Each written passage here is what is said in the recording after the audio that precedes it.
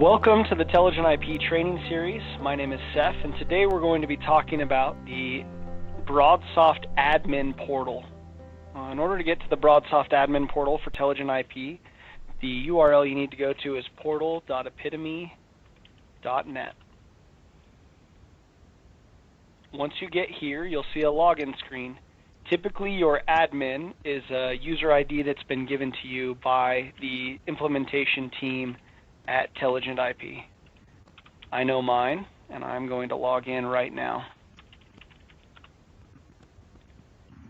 You'll see here in the top right corner it shows who I am logged in as. In the top left hand corner it shows that I'm logged into our group.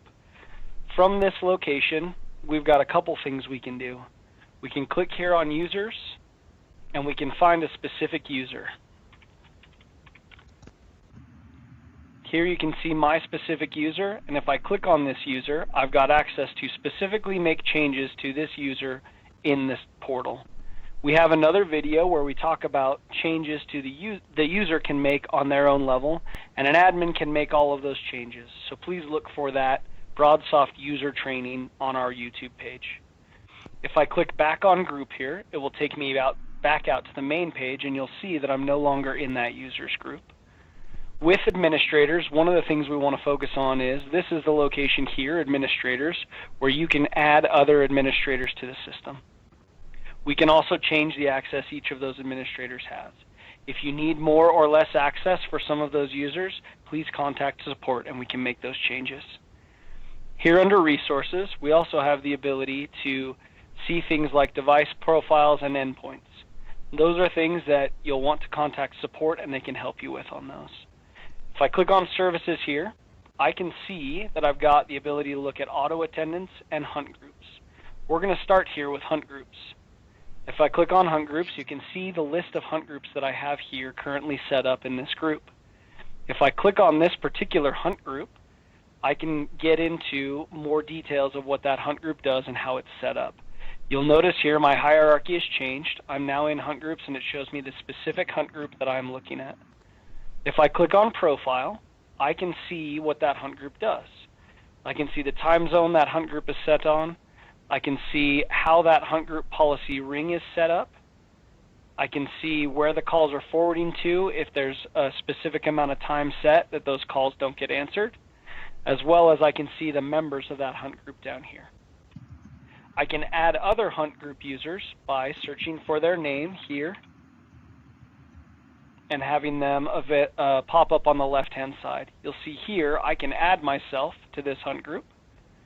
It's added me down here at the bottom, or I can remove myself from this hunt group as well. Clicking apply will give you a confirmation that changes have been saved here in the top left-hand corner with this saved confirmation. Clicking OK will save this change as well as moving you back one screen. That is the basic use and changes to hunt groups. If I go back out to the group and back to services, I can then click on auto attendance. We can see the current auto attendance that are set up, and when I click on those auto attendance, I've got the ability to make similar changes to those auto attendance. The main place that we want to focus is on menus. With these menus, we've got business hours, after hours, and holiday menus. We can set up schedules for each one of these so that the system knows where to direct these calls at any given time. When I click on business hours menu, I can see how that menu is set up. I can see there's been a personal recording made, and I can see that these individual DTMF tones will get these people to different locations. You'll notice that these are all internal extensions for these forwards, but they don't have to be internal extensions. We can also forward those calls to external locations with a 10-digit TID.